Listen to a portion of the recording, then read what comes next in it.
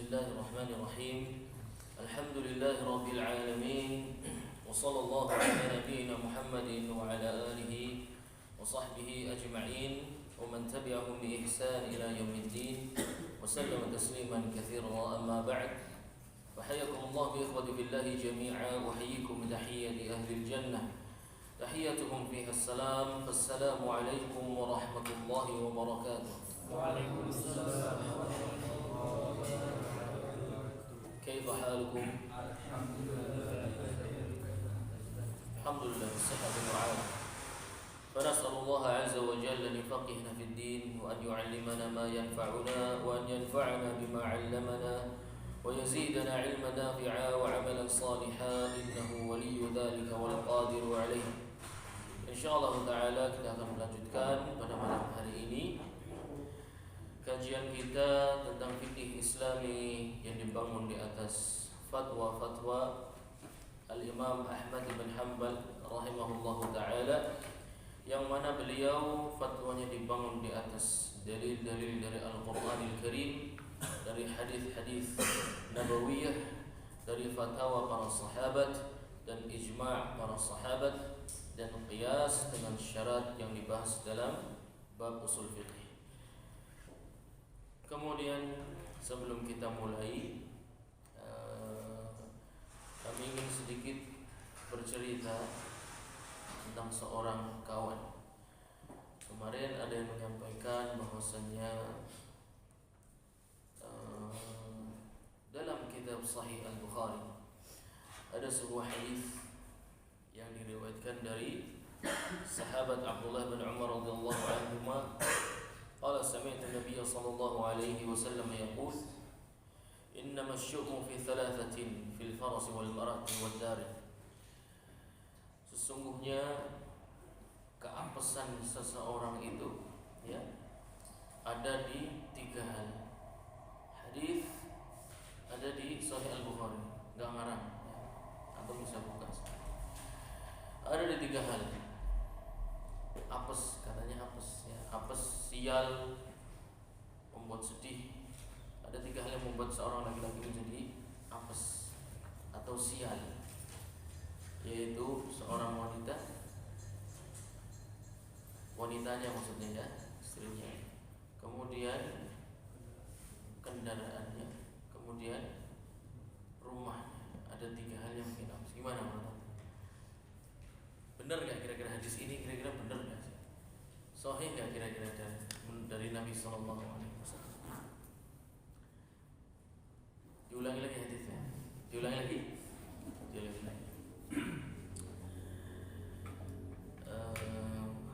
Dalam kitab Sahih Al-Bukhari dari riwayat sahabat Abdullah bin Umar radhiyallahu anhuma, qala sami'tu an-nabiy sallallahu alaihi wasallam yaqul innama asy-syu'mu fi thalathatin fil farasi wal mar'ati wad dar.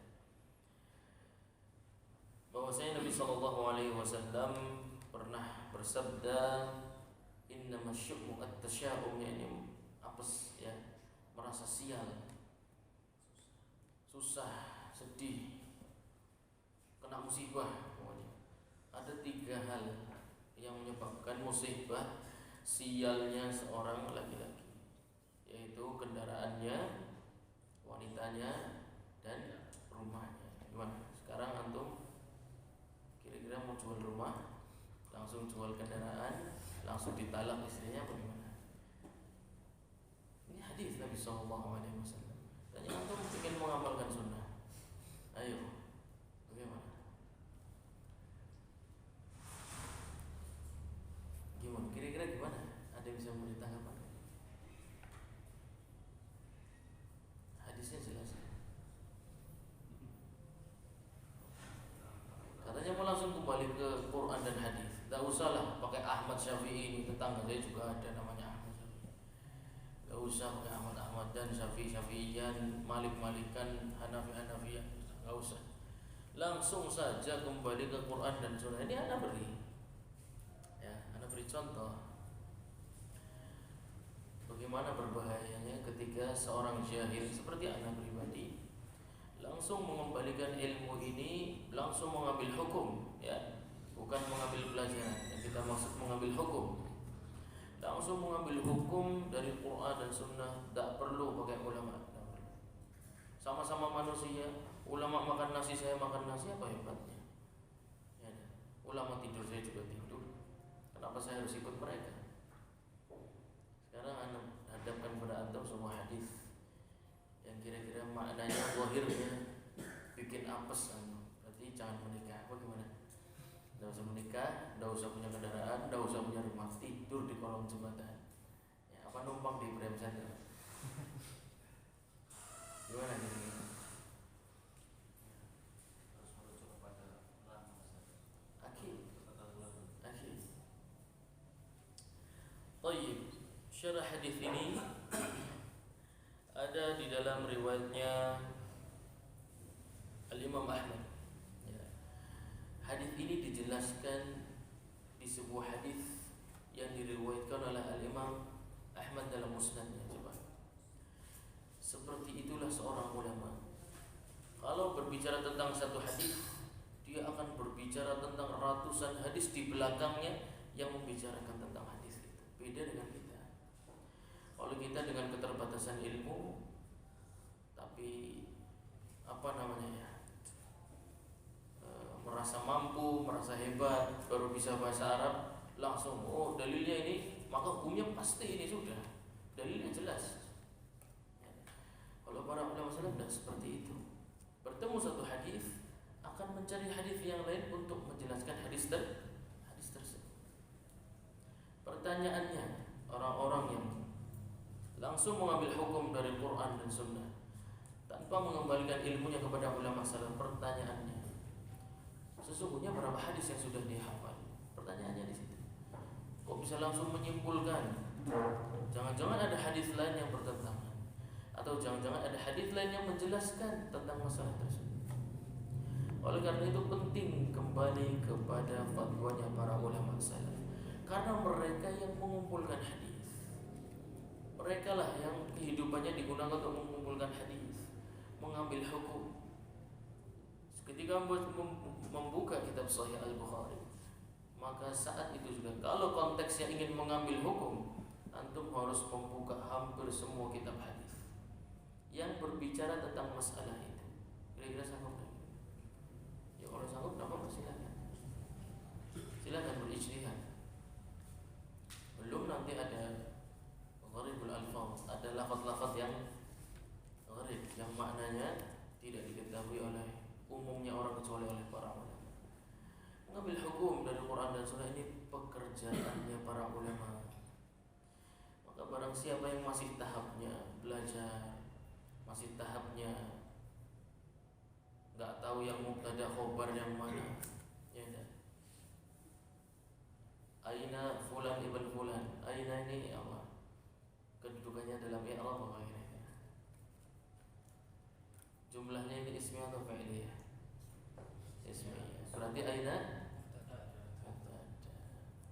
Padahal mubtada itu harusnya ma'rifah. Lah aina? Ayo. Siapa? Gak jelas. Aina siapa? Anaknya siapa? Baik, nanti itu tugas antum di kelas bahasa Arab ya. Baik, penjelasannya ada di dalam suatu hadis yang diriwayatkan oleh Imam Ahmad rahimahullah taala, yang disahihkan oleh Al-Arnaud an Sa'd bin Abi Waqqas radhiyallahu anhu qala Rasulullah sallallahu alaihi wasallam, sesungguhnya sahabat Sa'd ibn Abi Waqqas radhiyallahu anhu berkata, Rasulullah sallallahu alaihi wasallam pernah bersabda, min sa'adati ibni Adam thalatha wa min syaqwati ibni Adam thalatha. Min sa'adati ibni Adam al-mar'atu salihah wal maskanu salih wal markabu salih, wa min syiqwati ibni Adam al-mar'atu su' wal maskanu su' wal markabu su'. Ini tafsirnya. Ini tidak mungkin kalau antum ingin belajar hadisnya Bukhari tanpa membuka hadis lain, mustahil. Bisa salah paham, apalagi sampai mengambil hukum. Ini berbahaya. Dan ini nanti akan kita temui sama seperti belajar fikih, persis.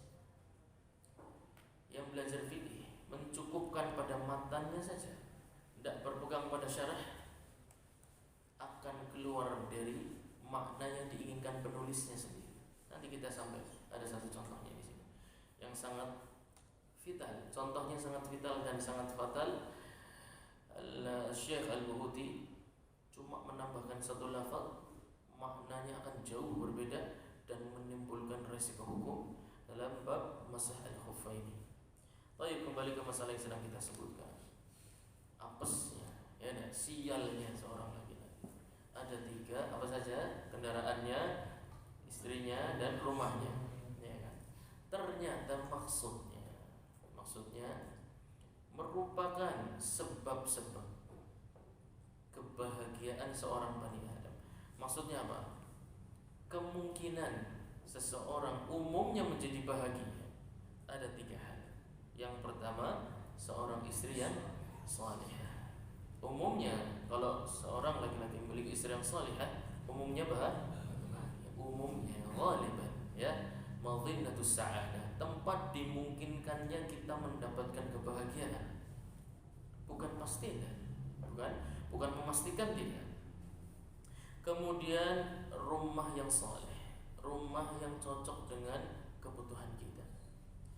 Wal markabus saleh, kendaraan yang cocok dengan kebutuhan kita. Rumah cukup ukurannya, gendengnya rapet, ya, temboknya utuh, gak ada yang bolong, hujan gak kebanjiran, mau hidupin kompornya hidup, ya, mau masak air bisa, ngapain aja serba mudah. Wal markabus saleh, kendaraannya boleh saja pada umumnya orang, akan tapi serba, kalau ingin jalan bensinnya selalu ada, ya. Kemudian bannya tidak pernah kempes dan lain sebagainya, dimudahkan, urusannya sangat mudah. Ini sebab-sebab kebahagiaan. Mau bepergian kendaraannya lancar, mau tidur di rumah-rumahnya memberikan rasa aman, memiliki teman hidup yang saleh. Ini tempat-tempat kemungkinan umumnya orang mendapatkan kebahagiaan. Dan sebaliknya, wa masyaqqat ibni Adam, dan merupakan tempat-tempat kemungkinan seseorang mendapatkan musibah, mendapatkan hal yang dia tidak inginkan, menjadi sedih, ya, menjadi merasa mendapatkan kesialan. Ada 3 hal sama, yaitu seorang istri yang buruk akhlaknya, buruk agamanya. Punya rumah tapi rumahnya bukan jelek fisiknya, di mana-mana serba kurang. Ada gendengnya bocor, ada temboknya pecah, banjir kebanjiran, panas kepanasan. Rumahnya serba tidak memberikan fungsi yang seharusnya. Wal markabus, dan kendaraan yang membuat sulit, ya. Kalau mau jalan, ya, di starter orang jalan-jalan. Giliran starter wis jalan, gasnya belandra, ya. Giliran wis jalan, peleknya geol. Serba ada saja. Kira-kira bahagia enggak? Kemungkinan, ya. Umumnya seseorang, seseorang kemungkinan kalau punya 3 hal tersebut, kemungkinan hidupnya tidak bahagia. Ya kan? Bukan kita meyakini bahwasanya sebab keapesan itu pasti wanita, pasti rumah, dan pasti kendaraan. Tidak boleh. Dalam akidah Ahlussunnah wal Jamaah kita dilarang berprasangka buruk, ya kan? Berprasangka buruk terhadap sesuatu yang tidak ada dalil dari Quran dan Sunnah menunjukkan bahwa itu hal yang buruk. Akan tapi umumnya itu merupakan tempat seseorang akan mendapatkan hal yang membuat dia menjadi sedih, membuat dia menjadi susah. Coba, seperti itulah kerjaannya para ulama, menggabungkan hadis dari riwayatnya fulan bin fulan, digabungkan dengan riwayatnya fulan bin fulan. Riwayatnya Imam Ahmad, Bukhari, Muslim, digabung, Daruqutni, Tabrani, Ibnu Khuzaimah, Ibnu Majah, At-Tirmidzi, segitu banyaknya dan masih lebih banyak. Sanggupkah kita mengkaji, membuka semua kitab tersebut, mengerti fikih di masing-masing bab di setiap kitab yang dikandung? Itu pekerjaan yang sangat berat. Kalaupun ada yang mampu, alhamdulillah, tunjukkan kepada kami orangnya, insya Allah kita belajar kepada beliau. Hafizahullah ta'ala. Adapun masih seperti anak pribadi masih terlalu jauh untuk sampai ke mengambil hukum sendiri langsung dari Quran dan Sunnah Nabi Sallallahu Alaihi Wasallam. Kira-kira seperti itu pelajaran yang bisa kita sampaikan kepada antum semua. Insyaallah kita akan lanjutkan materi kita dalam bab masah al-khuffaini. Bab mengusap al-khuffaini, dua khuf, dan selain dua khuf yang mengambil hukum yang sama. Contohnya imamah ya.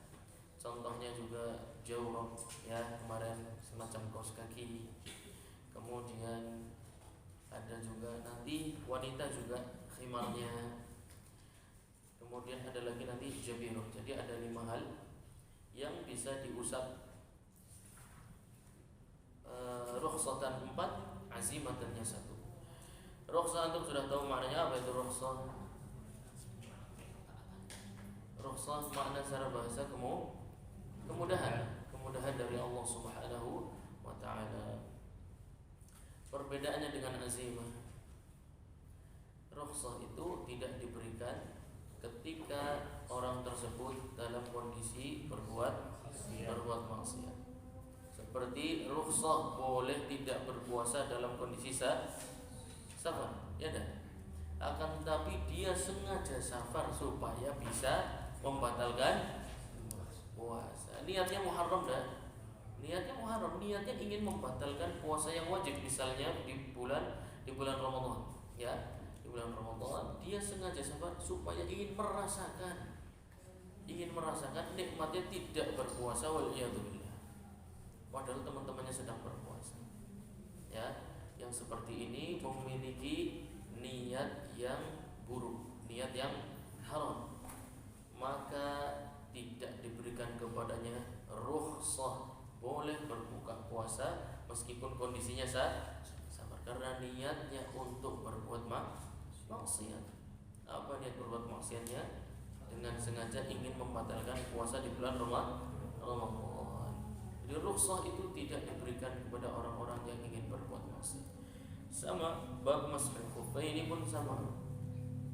Kalau niatnya ya kan dari rumah bangun, kemudian menggunakan mandi bersih, kemudian bersuci, sudah bersuci menggunakan khuf ya, menggunakan khuf atau pakai sepatu mungkin pendek tapi di dalamnya ada jawrab, ada kaos kaki ya. Misalnya ada semisal kaos kaki dengan spesifikasi yang sudah kita jelaskan kemarin ya, dipakai setelah sempurna bertaharah. Tayyib. Kemudian safar ke Las Vegas. Ya. Safar jauh ke sana, tujuannya untuk judi. Waliyadzubillah, tujuannya. Maksiat bukan? Sampai Las Vegas jam 4:30. Waktunya salat asar. Misalnya ya, waktunya salat asar. Kemudian dia sudah berhadas ketika di pesawat. Maka ketika hendak menunaikan salat asar, ketika bersuci, dia tidak boleh mengusap. Meskipun syaratnya dipenuhi semua, meskipun waktunya masih sisa, ya, tapi karena perbuatannya safar atau menggunakan khuf tersebut untuk perbuatan maksiat, maka dia tidak boleh mengusap. Kalau dia mengusap, maka salatnya tidak sah. Kenapa? Tidak sempurnanya bagaimana? Apa yang tidak dilakukannya? Tidak membasuh kedua kaki. Ketika dia tidak dibolehkan untuk mengusap khuffain, maka yang wajib baginya kembali ke asal, yaitu apa? Membasuh kedua kaki azimah ya, dalam kondisi apapun. Mau safarnya maksiat, mau safarnya tidak maksiat, datang waktu salat dia bersuci untuk salat, maka membasuh kedua kaki dan seluruh anggota tubuh yang tercantum dalam surat Al-Maidah, hukumnya semua azimah, harus dilakukan. Berbeda dengan masalah masah al-khuffain, hukumnya rukhsah. Baik. Tampak jelas perbedaannya rukhsah dan azimah. Baik. 5 hal yang insyaallah bisa diusap merupakan anggota wudu, yaitu ada khuffaini yang terbuat dari ada jawrabaini, ini yang terbuat dari selain kulit, ya. Baik terbuat dari kulit, baik terbuat dari selain kulit. Yang jadi 2 di kaki, 2 di kepala, sisa 1 namanya jabirah. Jabirah itu gips, ya, untuk luka atau patah tulang. Nasallallahu alaihi wasallam. Itu bisa di mana saja, bisa di tangan, bisa di kaki, bisa di leher dan lain sebagainya. Yang 4 rukhsah, yang 1 azimah. Khuffaini rukhsah, terus apa lagi? Jawrabaini rukhsah, imamah rukhsah, khimar rukhsah. Khusus jabirah dia hukumnya azimah, tidak terkait dengan waktu, ya, dan tidak terkait dengan hadasnya mau kecil maupun besar, selama dia membutuhkan. Dan kalau dilepas bisa menimbulkan cedera atau sakitnya bertambah lama, maka azimah yang wajib baginya bukan dicopot kemudian dibasuh kedua tangannya, bukan. Misalnya ada gips di tangan, ya, atau di kaki. Yang wajib baginya seorang yang menggunakan gips atau semacam pen dan lain sebagainya untuk kebutuhan kesehatan, yang wajib baginya bukan membasuh anggota wudunya. Misalnya gips di kaki, yang wajib bukan membasuh kedua kaki. Misalnya di tangan juga yang wajib bukan membasuh kedua. Yang wajib baginya adalah mengusap, azimah, ya, azimah. Baik.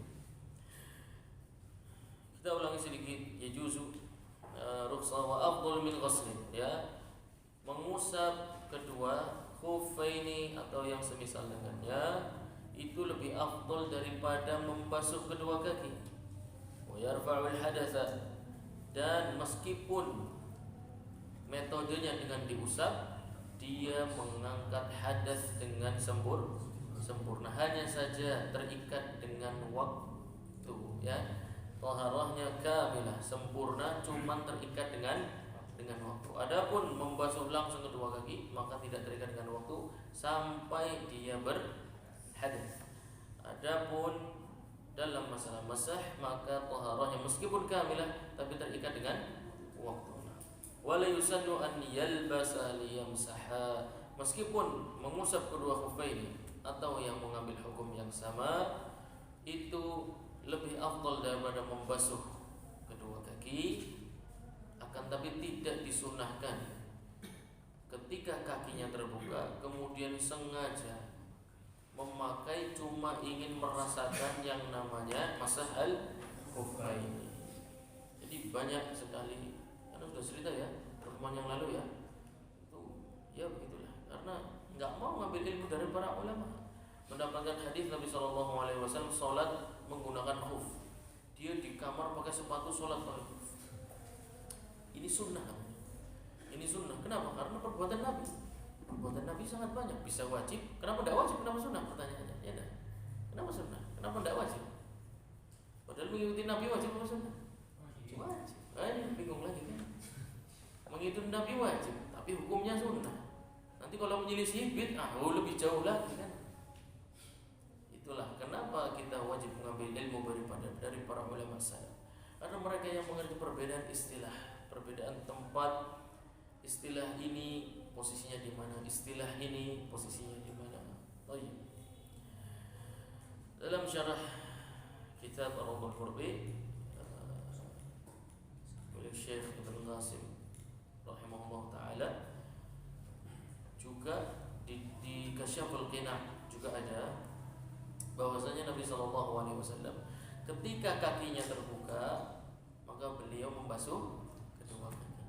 Akan tapi ketika kedua kakinya tertutup dengan khuffaini atau yang semisal yaitu jawrabaini, ada juga dalam riwayat jawrabaini, masaha ala jawrabaini, maka beliau SAW tidak mencopot kaos kakinya, tidak mencopot khufnya, akan tapi mengusap di atas keduanya.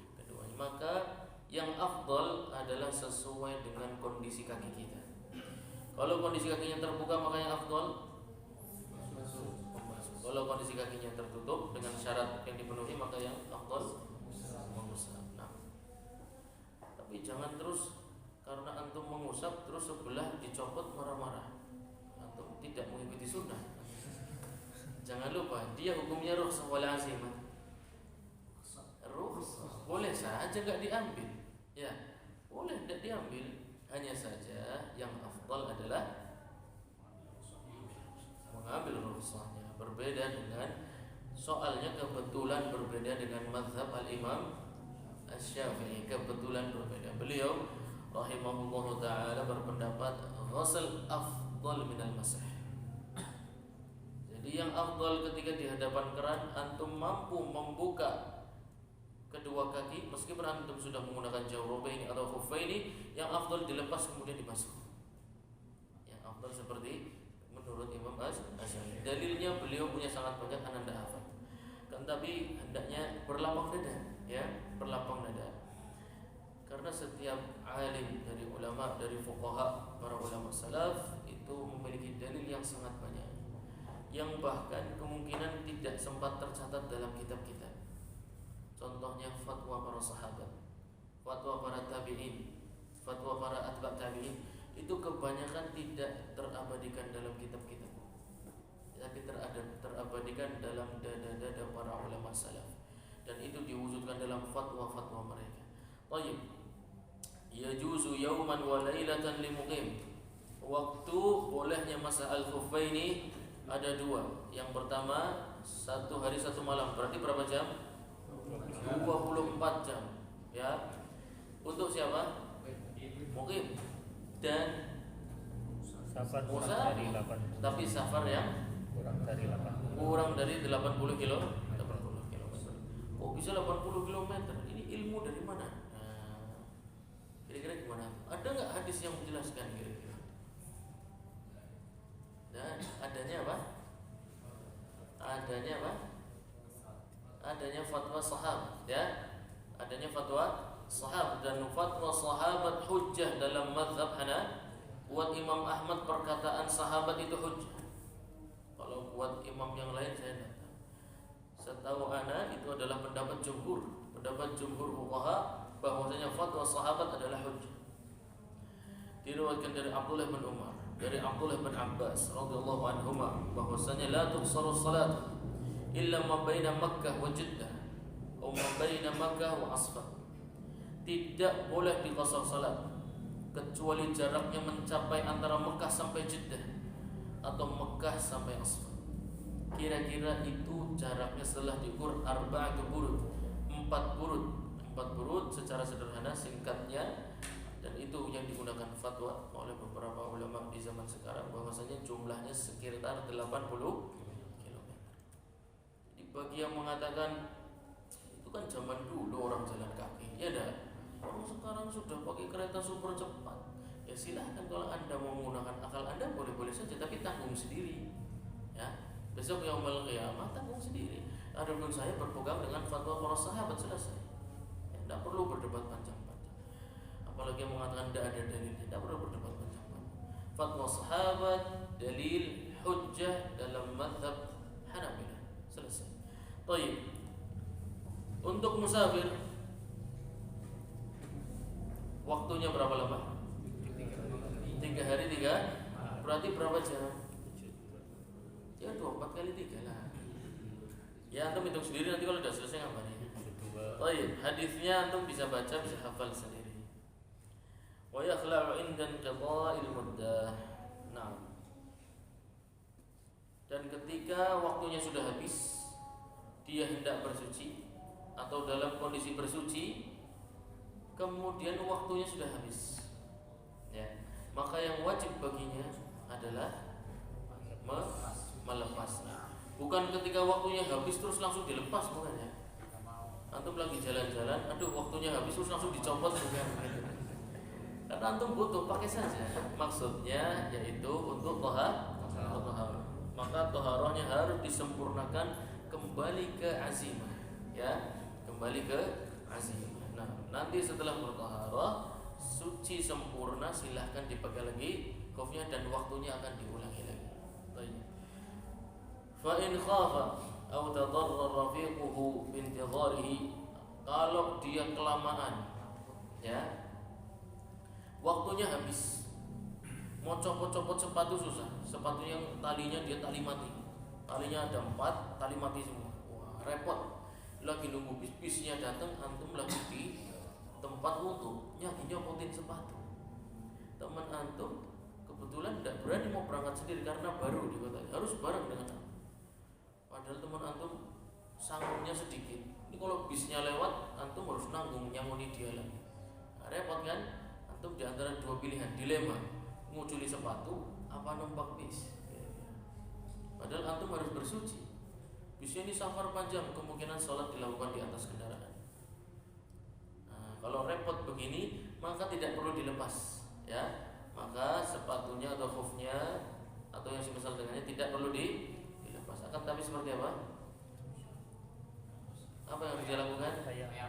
Berarti nggak usah wudu, tayamum aja. Tayamum kemudian wudu dengan sempurna, kan tapi jangan lupa dilakukan tayamum pada bagian yang menggunakan khufain, ya, yang menggunakan khufain atau yang semisal dengannya atau yang mengambil hukumnya. Kalau dia mengusap, ya aduh angel nih posisinya, wis ngusap wis. Kemudian sholat dalam taharah yang seperti itu, maka apa hukumnya? Nah, harus mengulangi lagi. Kapan dimulai hadas? Kapan dimulai hitungan waktu boleh untuk mengusap khufain atau yang semisal? Awal terjadi hadas Setelah suci dikenakan khuf. Nah, nih ini yang akan sampaikan tadi. Barang siapa yang berpegang pada matan, tidak berpegang pada syarah, akan berbahaya. Perhatikan. Wabtida'ul muddati min hadatsin ba'da lubsin 'ala zahirin. Nah, dan dimulai waktu penghitungan masah al-khufaini, waktunya tadi 24 jam, 72 jam, itu startnya mulai kapan? Min hadatsin, dimulai ketika hadas, munculnya hadas setelah menggunakan khufaini, yang mana khufain ini digunakan setelah dia bersuci. Ala tahirin bukan bersuci maksudnya. Bersucinya tadi sudah selesai, sudah dijelaskan. Ala tahirin sama Syekh Al-Buhuti ditambahi al-aini. Nah, maksudnya khufnya harus dalam kondisi suci. Nah, min hadatsin ba'da lubsin ala tahirin. Jadi khufaininya itu harus dalam kondisi suci. Lawannya kondisi suci apa? Tidak suci. Apa kira-kira? Kalau benda kira-kira apa? Kira-kira sepatu khufaini bisa berhadas tidak? Bisa tidak? Ya sudah. Lawannya suci. Kalau kita bicara benda maka apa? Najis. Najis ada dua, kita sudah jelaskan, ya tidak? Ada apa? Hukmiyah sama ainiyah. Najis itu untuk istilah yang ainiyah, sedangkan mutanajjis itu untuk istilah yang hukmiyah. Ya, kalau antum menemukan istilah najasah hukmiyah, maksudnya adalah mutanajjis. Apa sih mutanajjis? Mutanajjis itu aslinya thahir, kemudian kejatuhan. Ya, adapun najis memang barangnya terbuat dari sesuatu yang najis. Ya, barang najis itu kalau dikatakan barang ini najis, maksudnya adalah zatnya najis, babi, ya, anjing dan lain sebagainya, zatnya najis. Adapun kucing akan tetapi kotorannya nempel di buntutnya. Nah, namanya najis wala mutanajjis? Mutanajjis. Baik, sekarang kita kembali ke lafaz matannya. Min hadatsin ba'da lubsin ala tahir.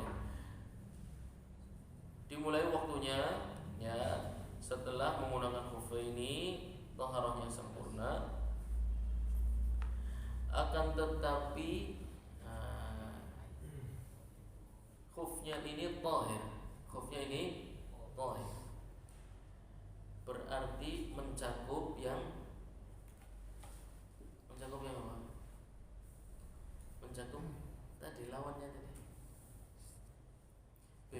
dari najis dan bebas dari resikonya. Kalau antum berpegang pada matan,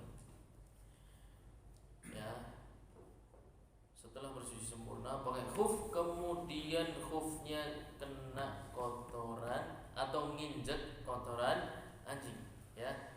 Kalau antum pakai khuf sudah bersuci sempurna pakai khuf kemudian jalan nginjek kotoran anjing, resikonya kalau berpegang pada zahir lafaz matan ini maka tidak boleh mengusap karena syaratnya harus tahir.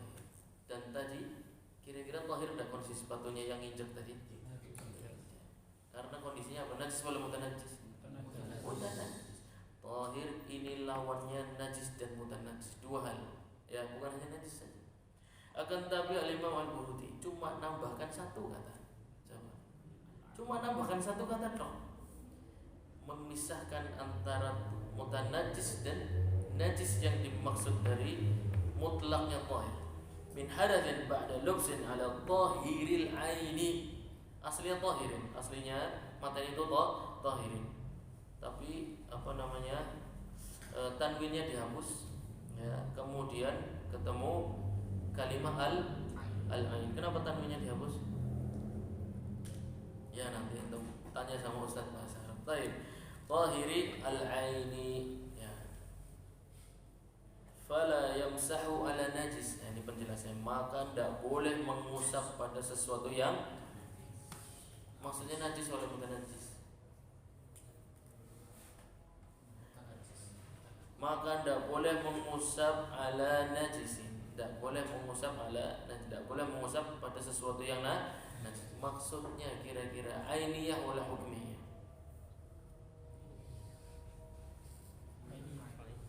Ainiyah. Ya, ainiyah maksudnya. Kan sudah dijelaskan sama tahiri al-aini, tahiril aini. Ya.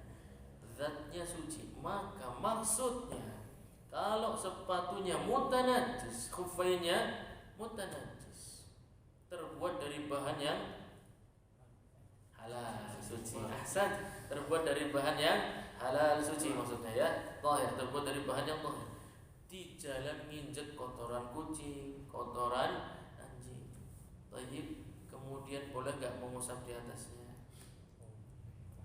Boleh enggak? Boleh. Di situ resiko hukumnya. Kalau berpegang pada lafaz matan saja ala tahirin, maka tidak boleh. Tidak najis, tidak mutanajis, dua-duanya tidak boleh diusap. Ya, ini bicara najisnya di bawah sepatu, ya, di bawah khuf, ya, atau di bawah kaos kaki. Kalau di atas kaos, sekarang kalau posisinya di atas kaos kaki atau di atas khuf ini, padahal itu tempatnya mengusap, kira-kira gimana? Tetap gimana? Karena mutanajis. Maka tetap sah. Tetap sah. Kira-kira air yang di tangan itu kathir wala qalil? Kalau ketemu najis kira-kira ya sudah. Masa bersuci pakai air najis? Paham? Maka maksudnya itu berada di bawah, ya, berada di bawah. Resikonya seperti itu. Satu sebuah kata, ya, cuma nambahkan satu kata. Al-Imam Al-Buhuti ingin menjelaskan resiko hukum yang antum akan dapatkan ketika berpegang pada zahir matannya saja. Tidak mengerti yang diinginkan penulis itu apa. Ini yang diinginkan penulis zahirul aini. Maksudnya tidak boleh mengusap kalau khufnya terbuat dari kulit babi, misalnya seperti itu. Meskipun tidak injek kotoran babi sekalian, tapi kalau terbuat dari kulit babi maka tidak boleh mengusap. Tapi kalau terbuat dari kulit kambing, ya, yang sudah disamar dan disembelih dengan cara yang ma'ruf, yang sah secara syariat, kemudian di tengah jalan khufnya ini nginjek kotoran yang najis, namanya berarti khufnya ini najis walaupun bukan najis. Boleh nggak mengusap di atasnya? Usap saja, kemudian bersihkan sepatunya, silahkan salat dengan. Paham tuh? Mubahin fala yajuzul mashu 'alal maqsud. Ini mudah, ya. Mubah maksudnya syarat berikutnya adalah boleh mengusap adalah mubah, bukan hasil dari mencuri, atau mubah bagi sekelompok manusia dan haram bagi sekelompok manusia. Contohnya apa? Sutra. mubah bagi kaum wanita, tapi haram bagi laki-laki. Kaum wanita ingin mengusap jawrabain, ya, kaos kakinya terbuat dari sutra, orang kaya, sultan, bebas ya. Boleh-boleh saja, tapi kalau laki-laki tidak boleh. Karena laki-laki menggunakan sutra saja perbuatan maksiat, sedangkan masah al-khufaini itu rukhsah wal azimah. Kalau tidak mungkin dalam kondisi maksiat diberikan rukhsah sekalian, dipermudah sekalian. Fala tustabahu bihi rukhsatu, maka tidak boleh. Nah, satiril mafruḍ, khufaini atau yang mengambil hukumnya ini menutup seluruh bagian yang wajib dibasuh ketika berwudu. Misalnya kaki, maka sampai menutup ka'baini, walau bisyaddihi aw sarji. Nah, meskipun menutupnya itu harus diikat. Karena beri contoh. Contohnya itu sepatu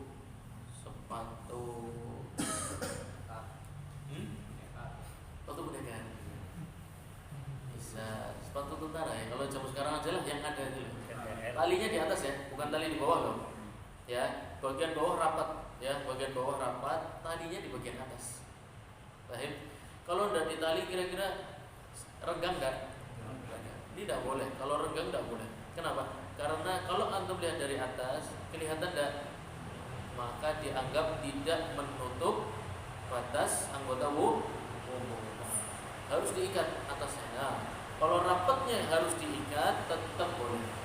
Ya, tetap boleh. Fala yamsahu ma la yasturu mahall al-fard. Maka tidak boleh mengusap pada khuffaini atau yang semisal dengannya yang tidak menutup anggota yang wajib untuk dibasuh ketika tanpa khuf. Terlihat misalnya jika khufnya atau semisal terlalu pendek, ya, di bawah ka'bain, maka ka'bain ini nampak, kan tidak boleh. Baik. Yang kedua, tinggi betul menutup ka'bain ini tapi longgar, ya, longgar. Ini kan kalau dilihat dari atas kelihatan sama saja seakan-akan dia tidak menutup ka'bain ini.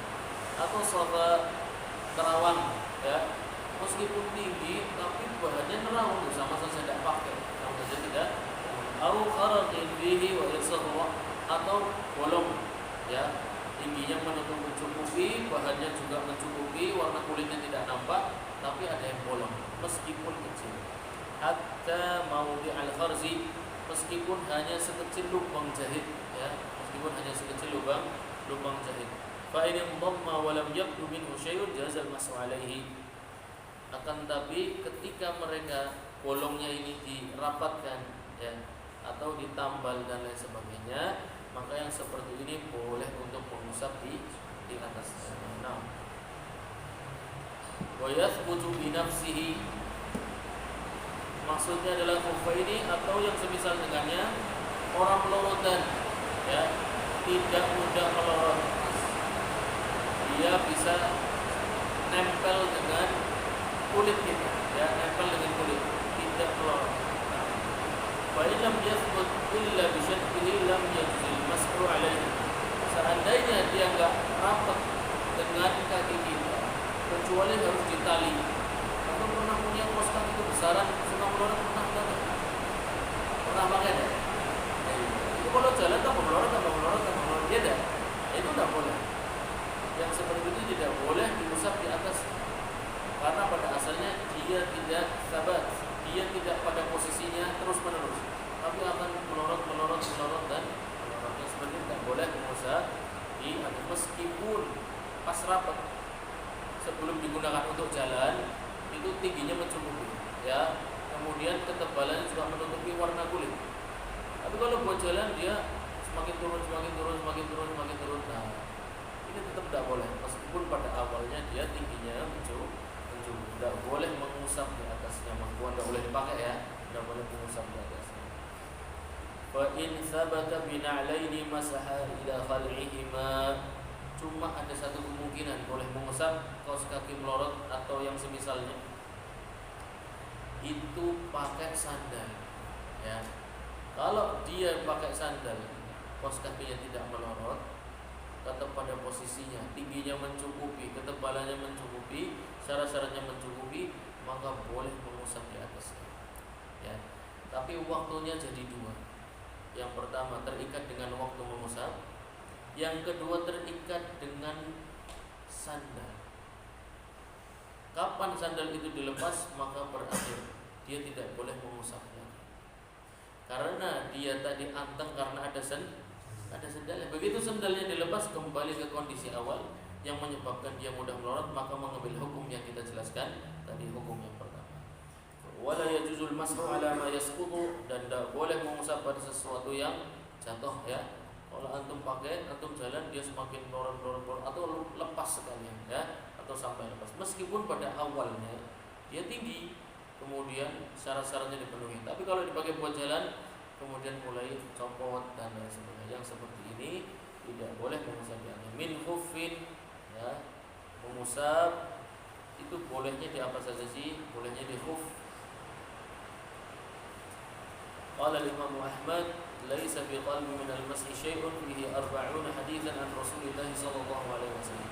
Kita sudah jelaskan masalah ini, bahwasannya ada sekelompok aliran yang keluar dari ijma'nya para ulama salaf yang mengingkari syariat mengusap, kufaini atau yang semisal dengannya, atau jawrabaini dan na'laini dan lain sebagainya. Ada satu kelompok yang mengingkari hal tersebut. Jadi kalau wudunya pakai mengusap kufaini atau semisalnya, maka wudunya justru tidak sah. Buat mereka wudunya tidak sah. Kelompok itu antum sudah tahu ya, sudah jelas lagi. Nah. Dan kita ini buat mereka kafir semua. Karena dulu pernah ketemu dengan mereka waktu mau ke Mekah untuk melaksanakan ibadah. Untuk ihram kita transit ya, ketika dalam kondisi ihram kita transit di pom bensin lah, rest area. Kita mau sholat berjamaah, mereka di belakang, tapi nggak mau masuk. Nah, di luar masjid ini banyak yang mau masuk masjid, nyuruh orang-orang ini suruh masuk, ayo masuk, salih, ayo sholat gitu. Jawabannya apa? Kira-kira jawabannya Sunni, Syi'i. Sunni sholatnya sama Sunni, Syiah sholatnya sama Syiah. Dan mau sama, tidak sah sholatnya. Kalau imam sama antum, dia makmum sama antum, tidak sah sholatnya. Buat mereka sholatnya tidak sah. Nah, antum juga tidak boleh sama, karena mereka keluar dari ijma' para sahabat. Bahkan mereka meyakini sesuatu yang menjadi ijma' para sahabat. Mereka meyakini kekufuran orang-orang yang dijamin surganya oleh Allah Subhanahu wa ta'ala. Mereka meyakini kafirnya Abu Bakar, kafirnya Umar, padahal mereka termasuk 10 orang yang dijamin surga. Waliyadzubillah. Baik. Jawrabin sabiq. Boleh khuf ya, atau yang semisal dengannya, dia adalah terbuat selain dari kulit, yang terbuat dari selain kulit. Bisa sepatu, bisa kaos kaki, semisal dengan khuf. Syaratnya adalah safiq. Safiq itu tebal. Apa sih maksudnya tebal? Tidak menampakkan warna kulit, meskipun tipis. Kalau tidak menampakkan warna kulit, maka dianggap dia hukumnya tebal karena tidak menampakkan warna kulit. Wa nahwihima, yang semisal dengan keduanya. Ya, oleh khuf atau jawrab safiq. Khuf itu terbuat dari kulit, jawrab safiq itu terbuat dari selain kulit. Wa nahwihima, dan yang semisal dengannya seperti jurmuk, rumuk, yaitu khuf saghir. Khuf itu sampai setengah betis ya. Tapi boleh juga kalau cuma sampai di atas ka'bain ya. Cuma setinggi di atas ka'bain boleh. Lebih tinggi lagi juga boleh. Wasihul mashu alaihi li fi'lihi alaihi salam rawahu Ahmad. Wasihul mashu aidan. Nah, ini kita melanjutkan. Boleh juga mengusap di atas imamah ya. Di atas imamah.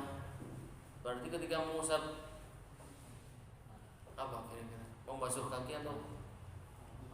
Nah, ketika mengusap kepala menggunakan imamah tidak perlu dicopot ya. Terus kalau peci gimana? Boleh enggak? Masya Allah. Baik. Wiyasihul mas'u aidan ala imamatin mubahatin. Imamahnya harus imamah yang mubah. Maksudnya apa? Bukan oleh nyolong. Li rajulin. Nah, hati-hati imamahnya ini boleh mengusap di atasnya, tapi yang pakai lagi. Kalau yang pakai imamah perempuan kira-kira gimana? Boleh enggak mengusap di atasnya? Hah? Boleh enggak? Itu tinggal dibaca. La imra'atin li'annahu sallallahu alaihi wasallam masaha 'ala al-khuffaini wal imam. Karena seorang wanita itu dilarang menyerupai dan ketika lagi wanita menggunakan imamah dia sedang berbuat maksiat. Dan mengusap imamah rukhsah wal azimah. Rukhsah tidak diberikan kepada orang yang sedang berbuat maksiat. Kunci sekali penjelasannya. Coba di awal tadi Syekh Al-Bukhari mengatakan huwa rukhsatun. Coba huwa mubtada ya, rukhsah sederhana, dua kalimat huwa rukhsah. Antum pakai sampai sini. Sampai sini masih antum pakai itu. Rukhsah azimah, rukhsah azimah, rukhsah azimah. Kepakai terus. Hadza in kanat muhannakatan. Imamahnya kayak apa dulu?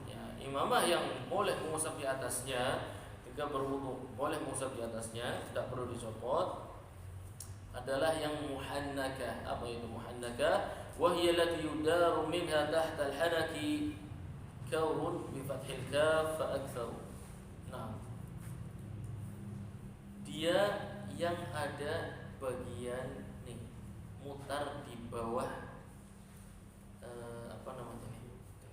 Di bawah dagu ya, memutar di bawah dagu ya, memutar di bawah dagu atau di bawah rahang sini ya. Inilah imamah yang, jadi ini imamahnya orang perang zaman dulu ya, karena ini menandakan bahwasanya imamahnya ini terkunci dengan sempurna. Di atasnya kunci, kemudian di tengah dikukuhkan lagi, kemudian dikunci lagi di atas, sehingga melepasnya masyaqqah ya, melepasnya memberikan rasa beban, memberikan rasa ribet atau sedikit susah. Harus muhannakah. Adapun imamah yang cuma di atas saja tidak sampai sini ya, ini dalam mazhab Hanabilah tidak boleh. Dalam mazhab Hanabilah harus yang muhannakah, karena itu yang digunakan Rasulullah SAW dalam hadis-hadis yang menceritakan beliau mengusap di atas imam, bukan sembarang imam yang antum banyak lihat sekarang mungkin di YouTube dan lain sebagainya. Umumnya orang imamah itu tidak boleh. Yang boleh digunakan untuk masah adalah imamah yang muhannakah atau yang ada bagian melingkari dagu sini ya, melingkari di bawah dagu. Au dzata du'abatin. Nah, bidhammil mu'jamah ba'da hamzatin maftuhah wa hiya taraful imamah al-murkha. Atau yang imamahnya model makainya itu ada apanya? Ada buntutnya. Ya. Model makai itu ada buntutnya ke belakang. Jadi kuncinya ke belakang. Menandakan imamah yang seperti ini sulit dilepas. Sulit dilepas dari depan, dan melepasnya menimbulkan masyaqqah. Yang seperti ini ada dua jenis ya, tadi muhannaka atau dzatu abatin. Dzatu abatin yang dua jenis itu imamah itu boleh mengusap di ya, dengan syarat-syarat yang sudah antum tahu, yaitu dipakai setelah taharah sempurna. Kira-kira pertanyaannya, seseorang taharah sempurna kemudian menggunakan khuffaini, kemudian dalam perjalanannya beliau berhadas ya, berhadas, kemudian bersuci ketika sampai di kaki mengusap di atas khuffaini, kemudian jalan lagi mampir di toko beli imamah, imamahnya muhannakah ya, sesuai dengan syarat, dipakailah imamahnya muhannakah, kemudian berhadas lagi, kemudian ingin bersuci. Pertanyaannya, masah khuffaininya tidak ada masalah, antum sudah tahu. Pertanyaannya, boleh gak dia masah di atas imamah? Karena toharoh yang kedua tadi dibangun di atas sama masa khuffain. Jadi dia sudah toharoh 2 kali. Ulangi mana? Toharoh yang pertama sempurna, kakinya telanjang, ya, kakinya telanjang, pakai air, dibasuh, pakaian yang rapi, gunakan khuffain ini, jalan. Kemudian berhadas, ya, berhadas, kemudian dia bersuci, tapi pas di kaki mengusap di atas khuffain ini. Kemudian jalan lagi, mampir toko beli imamah, kemudian dipakai dengan metode muhannaka atau dzatatul abadi, baik dikunci ke bawah atau ke belakang sana. Kemudian berhadas lagi, kemudian bersuci lagi. Nah, ini dilakukan dalam waktu yang dibolehkan untuk mengusap. Kira-kira taharah yang ketiga yang akan dia lakukan, boleh gak dia lakukan kemudian mengusap di atas imamah?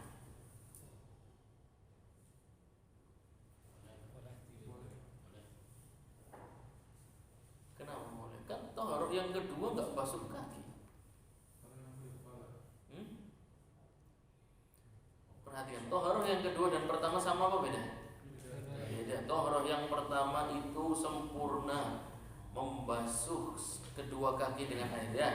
Toharoh yang kedua pakai mengusap di atas khuffain. Toharoh yang ketiga dia sudah beli imamah, ya, dan dipakai setelah dia bersuci yang kedua. Beli imamah kemudian dipakai dengan metode yang muhannaka. Kemudian dia berhadas lagi dan ingin melakukan toharoh yang ketiga. Di toharoh yang ketiga ini boleh gak dia mengusap di atas imamahnya? Padahal toharoh yang kedua tadi pakainya mengusap di atas khuffain, tidak langsung dibasuh kakinya, tapi mengusap di atas khuffain. Kira-kira toharoh yang ketiga boleh gak dia mengusap di atas imamahnya? Tidak boleh dan boleh. Kira-kira alasan yang boleh?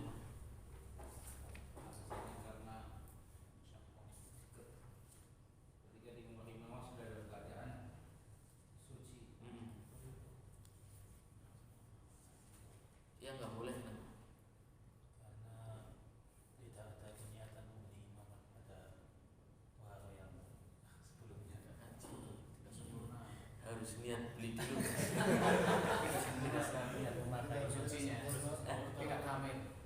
Tidak sempurna mungkin, ya. Karena toharoh yang kedua tidak sempurna. Itu pertanyaan, jawabannya ada di awal. Ada di awal.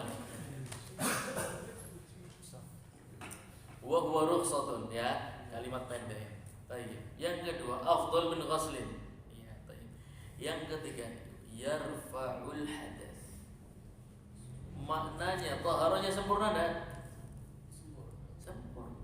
Maka boleh enggak? Boleh. Sama. Ini perkataan-perkataan pendek ini ajib ini. Masya Allah, antum pahami, antum akan pakai ke belakang ini merupakan cabang. Jadi para ulama kalau ngarang kitab itu tidak sembarangan. Kalimat-kalimat di awal ini muqaddimah yang akan antum pakai sampai akhir bab. Ini kaidah-kaidah semua. Ya, wa rukhsatun kaidah. Afdal min ghuslin kaidah juga. Wa yarfa'ul hadath kaidah juga. Sampai selanjutnya di awal-awal. Wa la yusanu an yalbasa liyamsah. Ini satu paragraf ini kaidah tok ini isinya. Yang kalau antum ketemu permasalahan, jawabannya antum bisa kembali di sini secara umum. Paham tuh? Jadi taharah yang kedua meskipun dilakukan dengan mengusap di atas khuffain ini dianggap taharahnya sempurna, mengangkat hadas, maka tidak ada masalah. Setelah dia taharahnya sempurna, dia pakai imamah dengan muhannaka. Taharah yang ketiga dia lakukan dengan mengusap di atas jadi mengusap di atas imamah, kemudian juga mengusap di atas khuffain. Ada dua yang diusap, tidak ada masalah. Fala yasihul mashu 'ala al-imamati as-sammat, tapi tidak boleh mengusap di atas imamah yang sommat, imamah yang cuma dikubut-kubut, ya, tidak ada melingkar di bawah dagu, tidak ada juga dikunci kemudian membentuk seperti ekor ke belakang seperti itu. Itu dua jenis yang imamah dibolehkan. Adapun yang cuma dikubut saja di atas, maka tidak boleh mengusap di atasnya. Wa yushtaratu aidan, dan disyaratkan juga untuk imamah yang menutup pada umumnya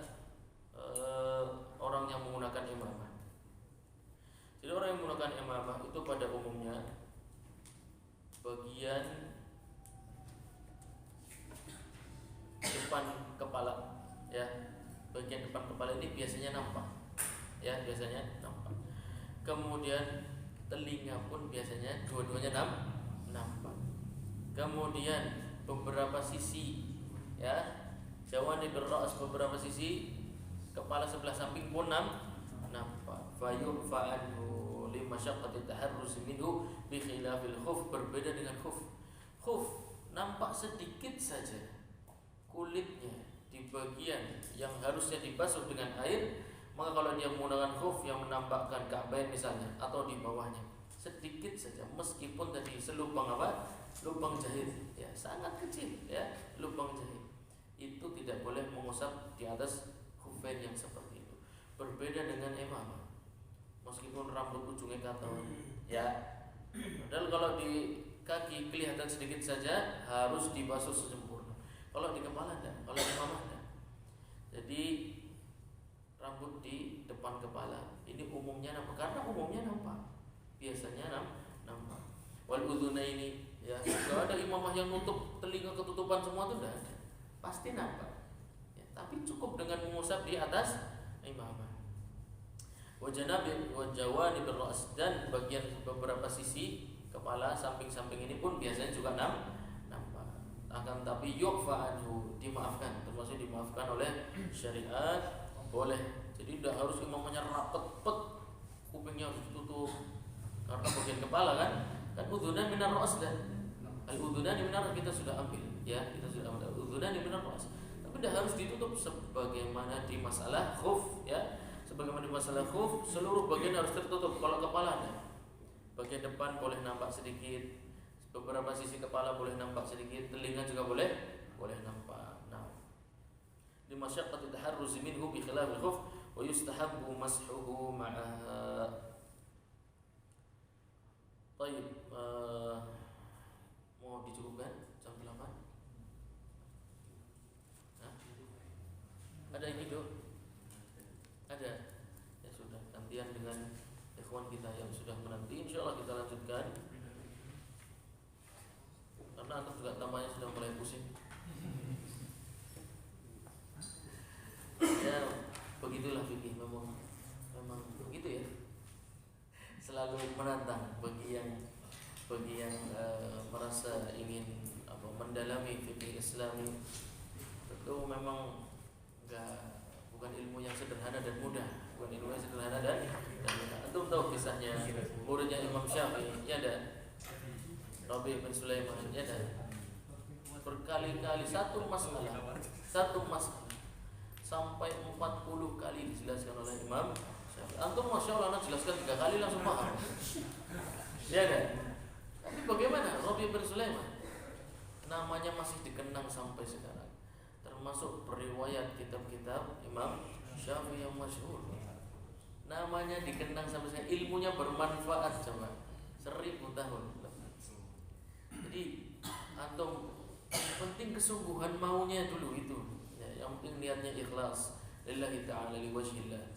Kemudian kesungguhan, tidak paham, tak coba lagi, dulangi mana terus sampai rumah tidak paham, tanya lagi sampai paham. Insyaallah kalau niatnya baik dan jujur, Allah Subhanahu wa taala akan memberikan yang jauh lebih baik daripada itu. Ilmunya akan diabadikan, namanya diabadikan sampai generasi-generasi berikutnya. Baik, kita cukupkan pertemuan kita pada malam hari ini. Subhanakallahumma wa bihamdik, asyhadu an la ilaha illa anta, astaghfiruka wa atubu ilaik. Wassalamualaikum warahmatullahi wabarakatuh.